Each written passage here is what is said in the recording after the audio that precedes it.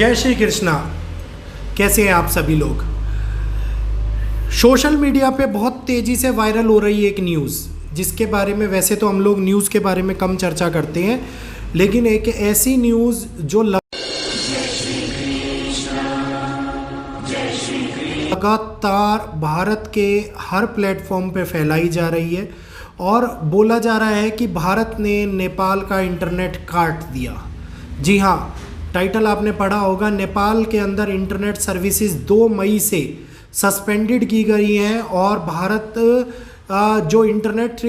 की कंपनीज जो नेपाल के लिए इंटरनेट प्रोवाइड कराती थी, वो एक बड़े मुद्दे के कारण इंटरनेट प्रोवाइड नहीं करवा पा रही हैं नेपाल को, और नेपाल के अंदर इंटरनेट ना चलने की समस्या लास्ट थर्सडे से लगातार उत्पन्न होती जा रही है। तो पूरा कारण क्या है, क्यों सोशल मीडिया पे ये बात बोली जा रही है, क्या कि इंटरनेट भारत ने काटा है, क्या है, सारी डिटेल के अंदर आज मैं जानकारी आप लोगों को दूंगा।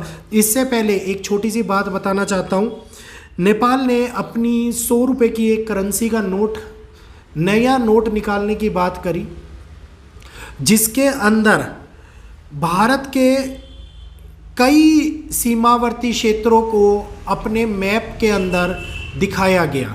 मतलब जो नेपाल नया 100 रुपये का नोट ला रहा है, उस नोट के ऊपर जो नक्शा उसने छापने के लिए छापने के लिए अप्रूवल लिया है या अप्रूव्ड किया है, उसके अंदर भारत के 3 टेरिटरी को अपना दिखाया जा रहा है, जिसके अंदर लिपुलेख, लिम्पानियाधुरा और काला पानी, ये तीनों के तीनों एरिए जो भारत की टेरिटरी हैं, इसको नेपाल अपना बताकर उस नए 100 रुपये के नोट की करेंसी के ऊपर लेके आ रहा है।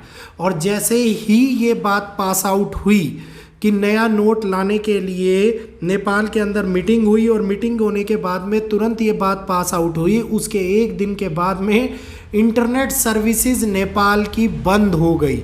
अब आप लोग इसी बात को लोग रिलेट कर रहे हैं कि भारत ने इस कारण से इंटरनेट सर्विस बंद करी, जबकि जयशंकर जी ने ये बात समांतर रूप से बोली है कि नेपाल की करेंसी के ऊपर, चाहे वो कोई सी भी हो, 100 रुपये का नोट, 50 रुपये का नोट, 20 रुपये का नोट, कोई भी अगर पिक्चर लगाता है तो वो उसका अपना निजी मामला है। भारत की जो सीमावर्ती क्षेत्र हैं वो भारत के ही हैं और भारत के अंदर ही रहेंगे। इसके अंदर ग्राउंड लेवल के ऊपर और पिक्चर के अंदर जो बात की जा रही है, दोनों के अंदर बहुत बड़ा डिफरेंस है। तो ये बात क्लैरिफाई हो गई फॉरेन मिनिस्ट्री के, उन्होंने ये सारी बातें क्लैरिफाई कर दी हैं।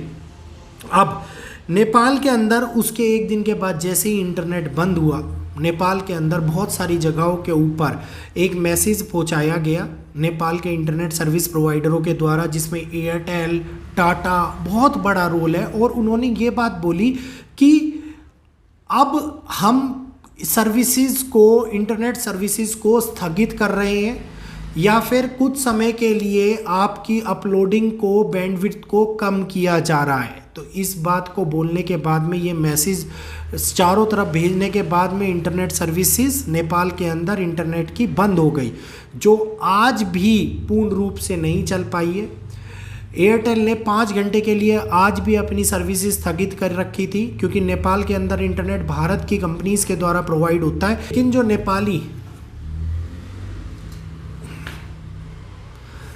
लेकिन जो नेपालीज इंटरनेट कंट्री हैं, मतलब लेकिन जो नेपाली कंपनीज हैं जो इंटरनेट सर्विस प्रोवाइड कराती है लोकल लेवल के ऊपर नेपाल के अंदर, वो भारत के साथ में बिल्कुल अटैच हो रखी हैं और भारत को फंडिंग नहीं मिल रही है। भारत की इन कंपनीज को, भारत को कहना उचित नहीं होगा, भारत की इन कंपनीज को फंडिंग नहीं मिल रही है। लास्ट दिसंबर के अंदर भी ये न्यूज़ आई थी और बहुत बड़े पैमाने के ऊपर फैली थी। उन्होंने चेतावनी भी दी थी कि 1 तारीख से 1 जनवरी से इंटरनेट हम बंद कर देंगे, लेकिन इस बात को नॉर्मल लिया वहाँ की गवर्नमेंट ने, और गवर्नमेंट चेंज के कारण कई इश्यूज भी क्रिएट हो रहे थे। इस बात को ज़्यादा बड़ा नहीं समझा गया।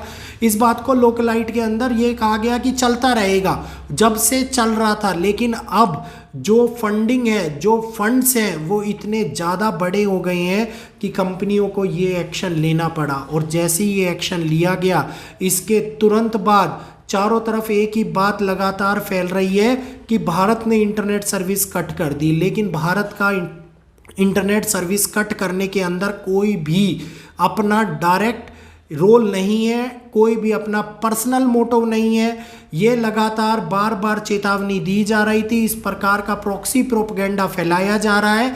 तो कृपया इस बात को समझिए, जानिए कि 100 रुपये के नोट के ऊपर जो मानचित्र नेपाल अपने पर्सनल लगाना चाह रहा है, जो भविष्य में भी उसने एक नक्शा निकाला था और उस नक्शे को मीडिया के अंदर दिखाया भी था, और मीडिया के अंदर दिखाने के बाद में भारत की गवर्नमेंट और नेपाली गवर्नमेंट के मध्य के अंदर विवाद उत्पन्न हो गया था और बोला गया था कि भारत की टेरिटरीज़ को वो डायरेक्टली इस प्रकार से नहीं दिखा सकते अपनी मैप के अंदर। लेकिन इस चीज़ को उन्होंने नहीं समझा और वो प्रॉक्सी प्रोपेगेंडा लगातार चलता जा रहा है, वो लगातार अभी भी कंटिन्यूड है।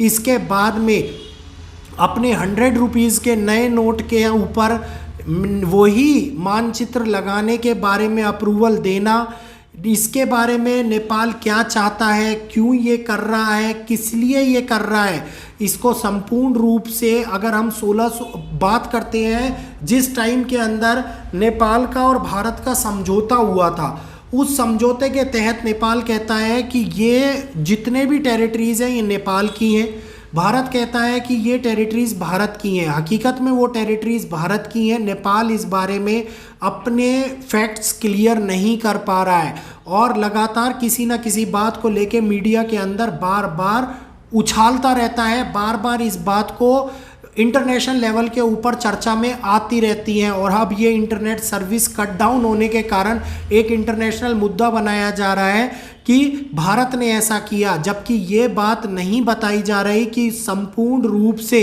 इतना बड़ा कर्जा, जितनी बड़ी रकम जो चुकानी है नेपाली कम्युनिकेशंस वालों को, इंडियन कम्युनिकेशंस कंपनीज को जो इंटरनेट सर्विस प्रोवाइड कराती हैं, उनको छुपाने की बजाय 100 रुपये के नोट के पीछे विवाद जैसी स्थिति उत्पन्न की जा रही है। तो मेरे हिसाब से आप लोगों को ये बात क्लैरिफाई हो गई होगी कि भारत का ये इंटरनेट कट करने में कोई भी हस्तक्षेप नहीं है, कोई भी हाथ नहीं है। एयरटेल बहुत बड़ा सर्विस प्रोवाइडर है वहाँ पर और शुरू से रहा भी है, और एयरटेल की सर्विसेज वहाँ पे पहले से बाधित होने के तौर पे चल रही थी कि पैसा नहीं मिलेगा तो फ्री में सर्विसेज नहीं देंगे। इस बात को नेग्लेक्ट किया जा रहा था, इस बात को नहीं समझा जा रहा था, और अब जब एक्शन ले लिया तब अलग अलग प्रकार के मुद्दों के अंदर ये बातें बताई जा रही हैं और अलग अलग प्रकार के मुद्दे उठाए जा रहे हैं। तो 2 तारीख से इंटरनेट के लिए सफ़र करते हुए नेपालीज़ जो बहुत बड़ी संख्या के अंदर है और उनका बहुत सारा काम सफ़र कर रहा है, लेकिन अभी भी गवर्नमेंट की तरफ से कोई भी पुख्ता डिसीज़न नहीं लिया गया है जो खबर मैं आप लोगों को बता पाऊँ। तो आप लोगों का इस विषय में क्या कहना है, क्या कहेंगे? क्या ये हकीकत में भटकाव की स्थिति क्रिएट हो रही है?